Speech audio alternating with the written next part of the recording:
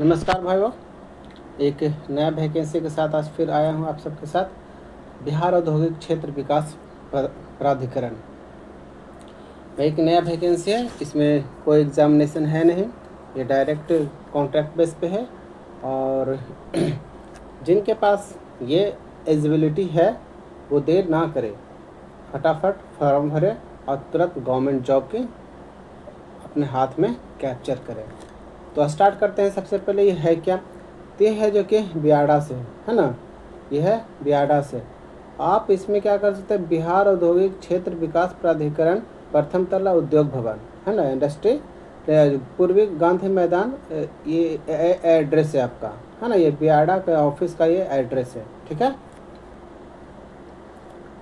अब इसमें क्या है, मैटर क्या है कि नियुक्ति के विज्ञापन है। ये नियुक्ति यानी कि सिलेक्शन का आपका वैकेंसी का विज्ञापन है। देखते हैं इसमें क्या क्या है और किसका कितना है। तो बिहार में औद्योगिक विकास के लिए समर्पण राज्य सरकार के उपकरण बिहार औद्योगिक क्षेत्र विकास प्राधिकरण बियाडा अनुबंधन यानी कॉन्ट्रैक्ट पर नियुक्ति नियोजन हेतु आवश्यक। अब आपको रेगुलर यानी कि जो लेवल 1, लेवल 2, लेवल 3 ये जो जॉब होते हैं वो सरकारी होते हैं, फुल्ली सरकारी। उसमें सब कुछ मिलता है, एवरीथिंग। सरकार जो अनाउंसमेंट करता है वो भी मिलता है, और जो रेगुलर उसका सुविधा मिलता है, मेडिकल ये वो सब जितना सुविधा मिलता है वो एच आर अलाउंस, मेडिकल सब। लेकिन कॉन्ट्रैक्ट वाले में जो पैसा लिखा हुआ रहता है, पेमेंट लिखा रहता है, मंथली लिखा रहता है, वही मिलता है। उसके अलावा कोई और सुविधा मिलता नहीं है। हाँ, टर्म एंड कंडीशन के अनुसार उसमें लिखा रहता है, जो फील्ड वर्क रहता है उसमें जो भी है ना, गवर्नमेंट का जो पॉलिसी रहता है उसमें एज ए ज्वाइनिंग के टाइम में जो पॉलिसी लिखा हुआ रहेगा वो मिलेगा। तो ये कॉन्ट्रैक्चुअल बेसिस पे है। रेगुलर बेसिस में होते क्या हैं कि उसकी लंबा प्रक्रिया होता है, लगभग 2 साल से तो कम किसी का है नहीं। एक बैंक बय हैं जो कि लगभग साल 12-14 महीना में वो ज्वाइन करवा लेते हैं, या उससे भी कम, या उससे कोई उसी के आसपास में ज्वाइन करवा लेते हैं।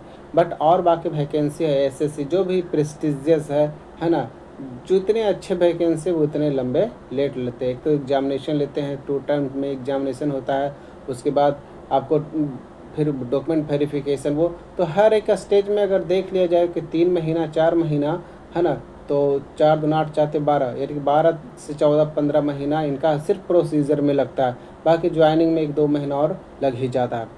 तो कॉन्ट्रैक्चुअल बेसिस में होता है फॉर्म भरो और महीना 2 महीना में ज्वाइनिंग है ना, बस। तो यही कॉन्ट्रैक्ट बेसिस वाला, इसमें कोई एग्जामिनेशन है नहीं। अगर एलिजिबिलिटी है आप लोग के पास, रखते हैं इस तरह का, तो आप ज्वाइन फटाफट कर लीजिए। ड्यूटी आपको जॉब भी अच्छा खासा। तो पहला जो कि duty general manager DGM industry development.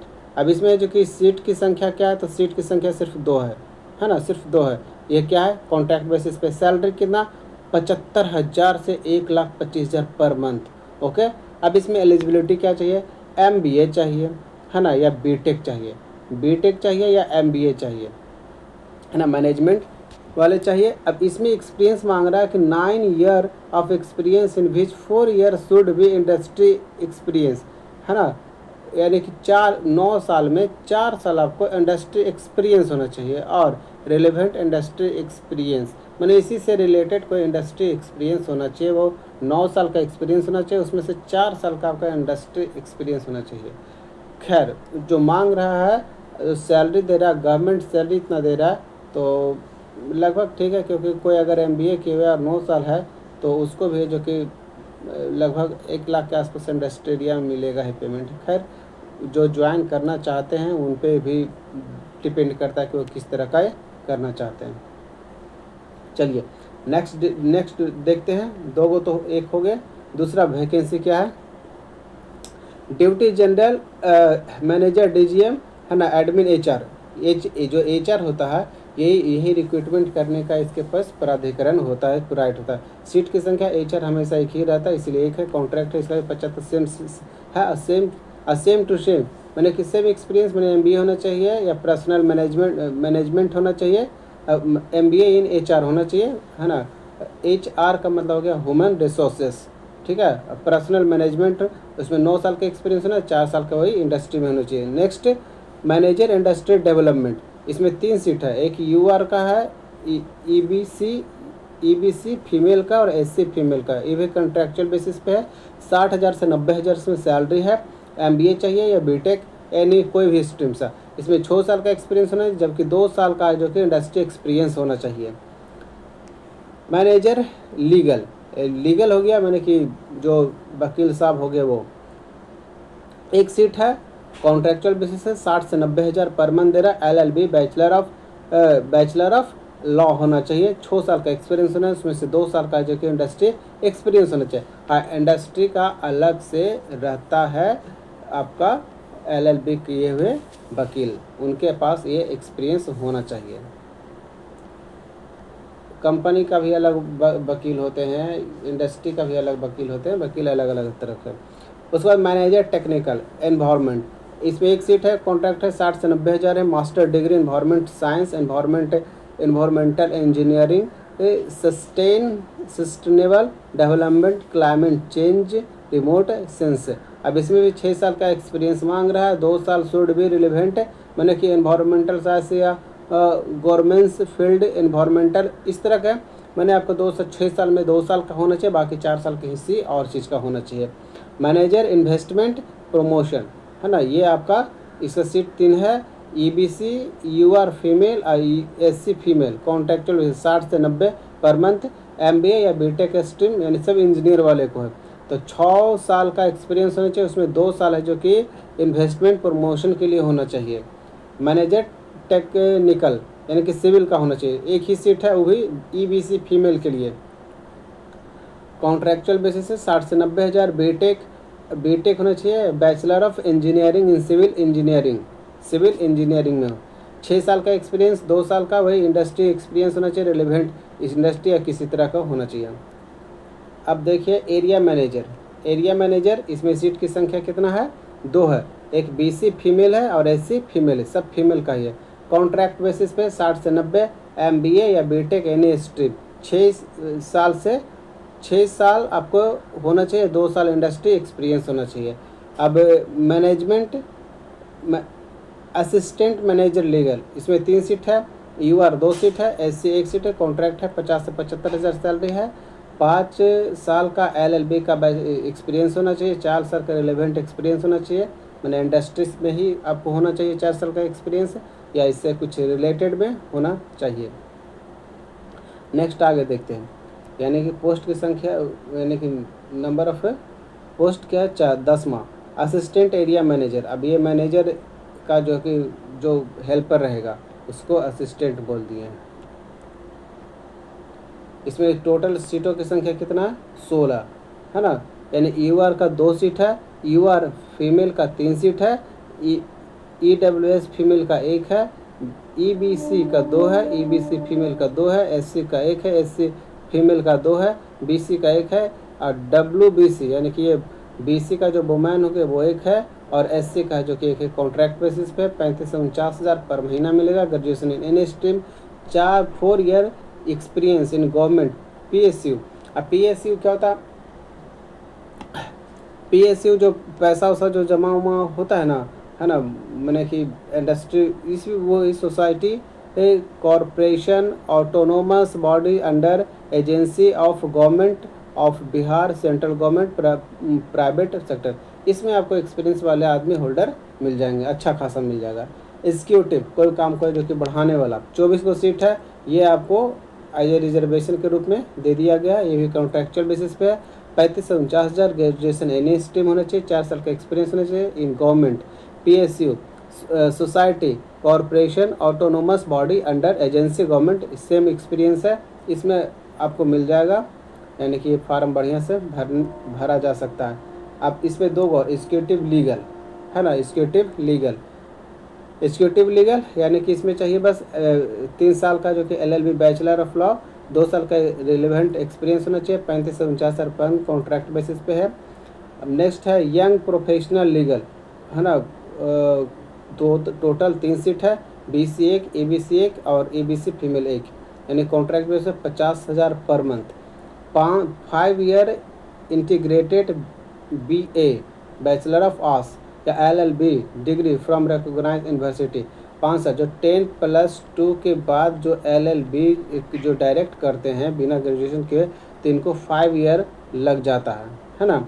अगर आप ग्रेजुएशन कर लेते हैं तो ग्रेजुएशन के बाद है जो कि आपको 2 साल लगता है, और ये 10+2 के बाद 5 साल लगता है, तो यही 5 साल वाले मांग रहे हैं, है ना। Experience professional will be preferred. अब इसमें एक्सपीरियंस अगर रहेगा तो अच्छा है, नहीं रहेगा तो भी चलेगा।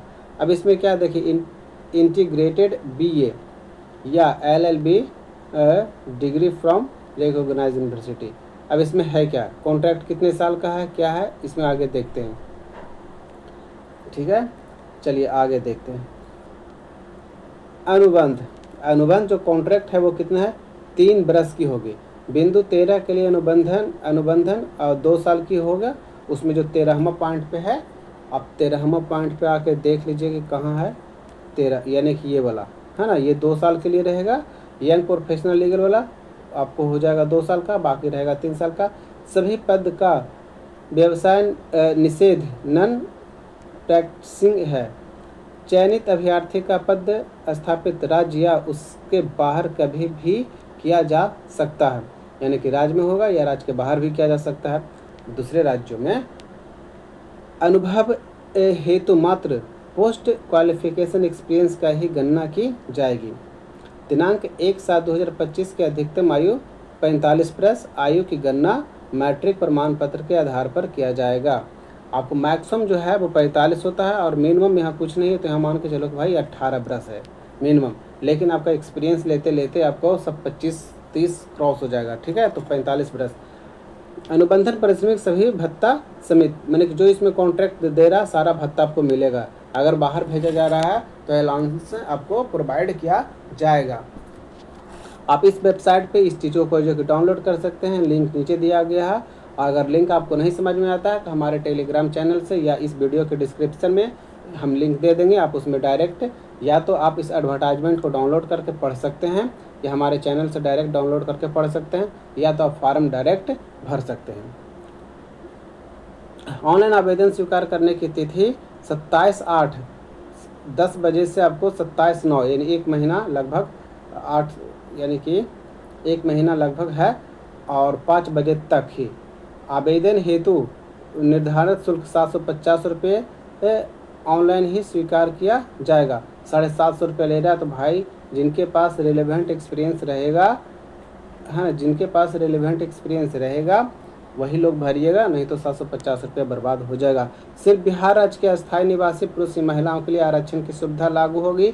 यह व्यवस्था आरक्षित श्रेणी के सभी अभ्यर्थियों पर लागू होता है। उनके लिए आवासीय प्रमाण पत्र आधार कार्ड देना अनिवार्य होगा।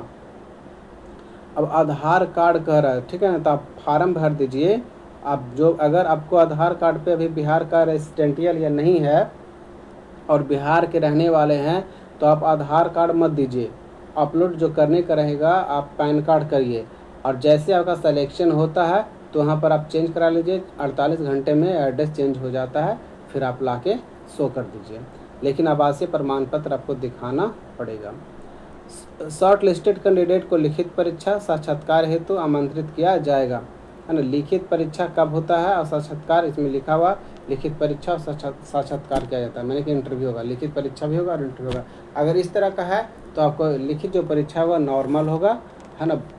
शायद इसमें कंडीशन क्या होता है कि जितना फार्म है उसका अगर उसका 4 टाइम्स अगर फार्म गिरता है तो एग्जामिनेशन होगा, अगर नहीं होता 4 टाइम्स तो आपको डायरेक्ट साक्षात्कार होगा।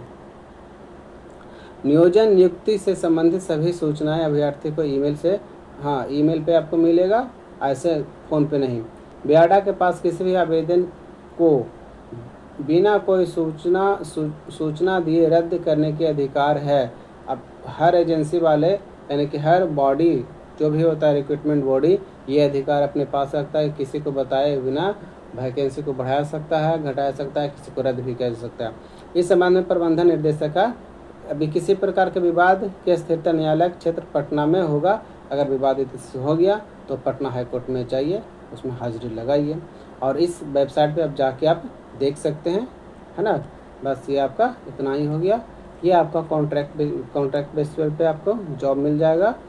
मिलते हैं नए वीडियो के साथ। जो नए हैं सब्सक्राइब कर लीजिए, और अच्छा सूचना मिलता है तो लाइक और शेयर करिए।